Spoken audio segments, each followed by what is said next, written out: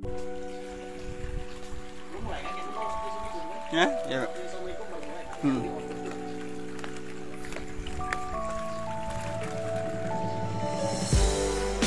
Yuk, langsung deh. Assalamualaikum warahmatullahi wabarakatuh. Gimana kabarnya Pak hari ini? Ya, Pak. Lagi apa Pak? Alhamdulillah, lagi nyantai ini dulu. Oh, Alhamdulillah. Kakak mengucap terima kasih dan mendoakan yang rutin di jalan silaturahmi ya. Oke, supaya lemak ngobrolnya untuk Iya, siap.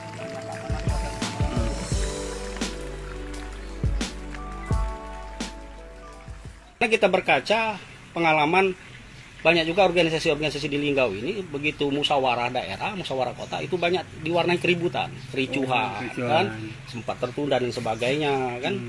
Nah, jadi kita tidak ingin itu terjadi di tubuh PPSI. Makanya kita bekerja semaksimal mungkin untuk menyiapkan muskot itu, jangan sampai ada celah untuk membuat keributan. Dari tatipnya kita buat serapi mungkin, sebagus mungkin.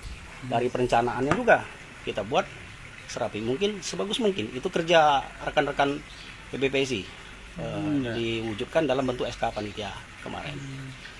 Dan saya menilai, Masya Allah, kemarin itu tegang sebenarnya. Tapi tegang dalam artian tidak ribut. Karena dua kandidat yang bersaing kemarin itu suaranya sempat kejar-kejaran. Ya. Jadi kita kemarin itu sebenarnya ada 22 suara yang berhak memilih, yaitu 22 klub yang sudah di-SK-kan. Tapi ada satu klub yang gugur di arena sidang tersebut karena ada sesuatu dan hal yang menyebabkan gugur tidak punya hak suara. Tinggal 21 suara yang diakui bisa memilih. Nah, di sana dari hasil demokrasi yang cukup panjang dari pagi sampai sore kemarin itu kebetulan kan sampai menjelang sholat asar ya. Mbak Ulit itu dapat 11 suara dan Bang Epi Komar dapat 10 suara. Tapi kalau saya menilai begini loh ya, dari dua kandidat ini merupakan putra-putri terbaik Kota Lubuk Linggau. Mereka ini sama-sama penggiat olahraga. Ya. Jadi kalau saya menilai ini sama-sama misalnya tuh punya niat baik untuk memajukan olahraga voli dan sama-sama punya cita-cita mulia. Namun dalam pesta demokrasi ya harus ada yang menang dan tertunda hasil kemenangannya, bukan kalah. Kalau kalah tuh sepertinya kurang-kurang cocok lah ya.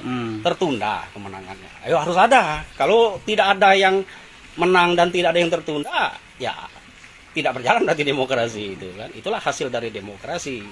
Dan dua figur ini sama-sama bagus saya kira. Mbak Ulit menurut saya ya beliau punya fasilitas olahraga yang mumpuni, sudah banyak berkiprah di bidang olahraga volleyball kan. Jadi saya yakin kepiawaian beliau, kualitas beliau dalam memimpin PPSI sudah bagus. Bang Epi Komar juga begitu menurut saya. Bang Epi Komar ini senior kita ini di dunia olahraga, khususnya di Kota Lubuk Linggau kan.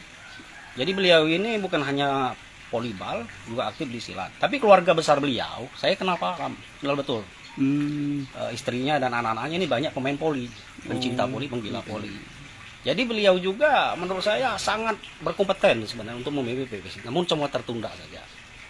Jadi dua kandidat ini sama-sama bagus. Namun mungkin itulah tadi hasil demokrasi yang hasilnya demikian.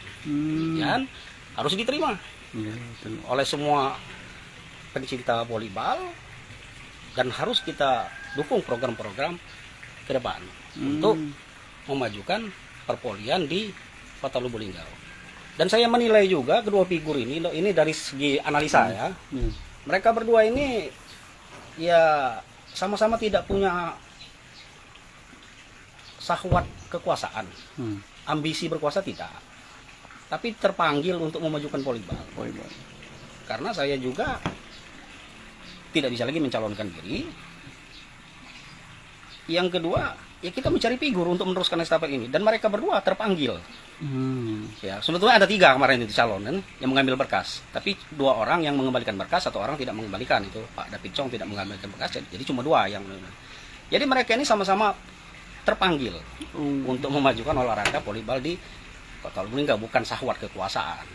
Ya, kalau syahwat kekuasaan apa yang mau kita kuasai di organisasi ini? Di organisasi ini mengabdi, gaji tidak ada, Kalau kita berkorban seperti saya sampaikan itu kan, korban waktu, korban pemikiran, korban tenaga, bahkan korban materi.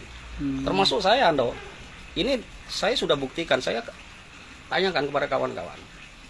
Kita jangan terlalu berlama-lama menunda muskor.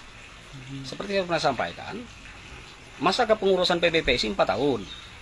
Tetapi kalau masih ada tugas yang belum sempat diselesaikan selama 4 tahun, di ADART pasal 18 itu diatur, diberi kesempatan 6 bulan untuk menyelesaikan tugas tersebut. Berarti setengah tahun, lama juga, lumayan. Kalau kita sekedar nak haus kekuasaan untuk di olahraga ini, di PBPSI ini kan, setengah tahun lumayan itu. Itu ada aturan yang kuat berdasarkan ADART. Tapi saya tidak ingin itu berlama-lama. Ini bukti berarti saya juga tidak punya ambisi dalam artian, karena kita menjalankan amanah demokrasi. Buktinya 16 Maret kita habis SK kepengurusan, ya 16 Maret 2018 kita dilantik, 16 Maret 2022 selesai, 19 Maret 2022 kita sudah muskor. Berarti cuma 3 hari molor. Kalau kita mau santai bisa ada 6 bulan.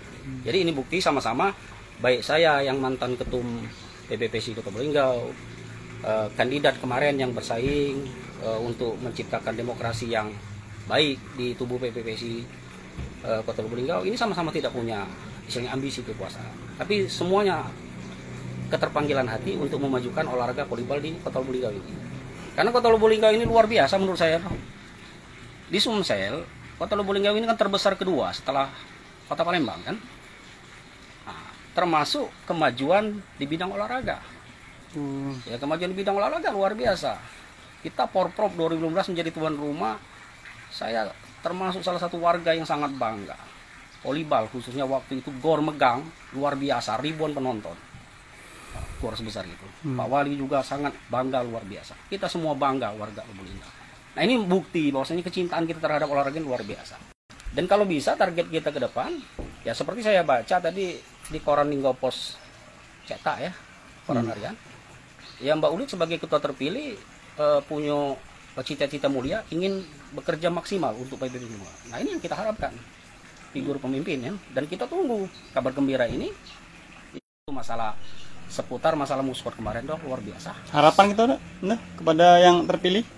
Oh ya, jadi begini dong. Kita kan sudah membuat program ini kemarin itu kan.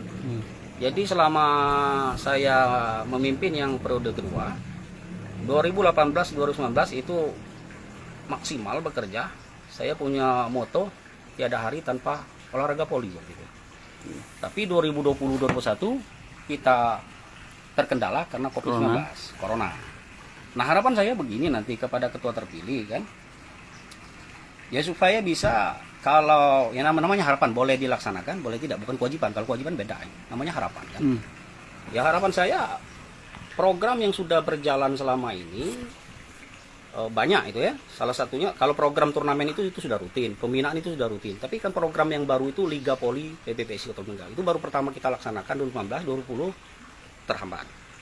Itu kalau bisa dilanjutkan. Kapan hari itu untuk rencana kalau ulang tahun PBPSI atau itu tidak tergantung masalah ulang tahun, tergantung ketua yang baru nanti tidak melaksanakan. Itu Liga PBPSI yang kedua, karena Liga PBPSI yang pertama sudah kita laksanakan kan, terkendala di Covid, terhambat kan 2020-2021. 2019 sudah digelar kan, pembukaannya di Seringagung. Itu yang harapan saya tetap dilaksanakan karena ini sangat luar biasa dampaknya kan. Pertama, pemain itu sistem tandang dari klub ke klub. Yang kedua, menghidupkan ekonomi kreatif. Banyak pedagang di sekitar lapangan itu bisa cari rezeki kan. Bangga kita melihat ada ibu-ibu jualan es, jualan bakso segala macamnya. Ini lama. Kalau waktu itu kalau salah 4 bulanan berjalan. Ya waktu itu Dindo juga yang meliput katanya itu Liga 1 sampai Liga terakhir. Liga terakhir. Ya, Liga penutupannya kan. Yang kedua Liga Pelajar. Liga Pelajar belum sempat dilaksanakan sama sekali. Karena setelah kami kemarin pengen pembukaan Liga PBPSI untuk umumnya 2019, 2020 awal itu 2 liga rencana.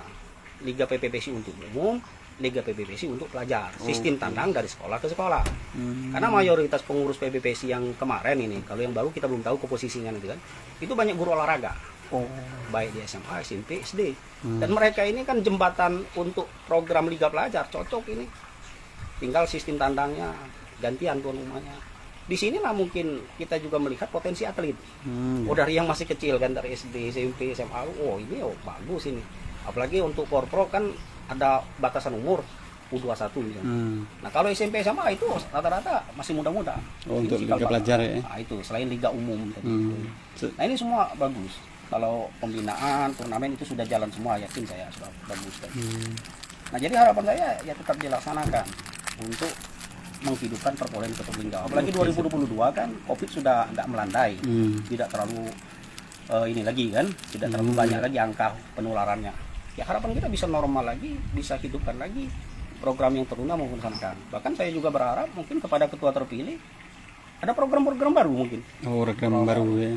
Ya kalau program saya kemarin itu udah begini, malah salah satu terobosannya menyeimbangkan kesehatan jasmani dan rohani. Bagaimana? Kesehatan jasmani lewat olahraga. Ya saya kan selain ASN, jam dinas kita bekerja di kantor, sorenya kalau tidak ada jadwal ceramah kita keliling ikut main poli di lapangan-lapangan yang ada di Kota Lubuk Linggau, sekaligus sosialisasi program PBPSI waktu itu. Nah malamnya saya ceramah. Ceramah ini dalam rangka menyehatkan rohani.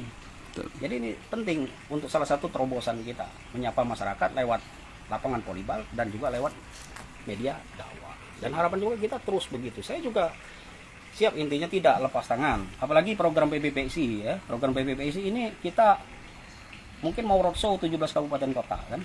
Untuk PBPSI provinsi ya. PBPSI provinsi.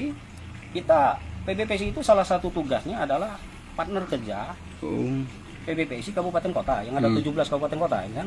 Yang kedua sebagai kontrol pengawasan terhadap kinerja PBPSI 17 kabupaten kota. Apalagi saya diberi amanah sebagai wakil ketua bidang organisasi PBPSI Sumatera Selatan. Ya memang tugas kami untuk kontrol itu. Tim Harian Pagi Linggau Pos Channel mengabarkan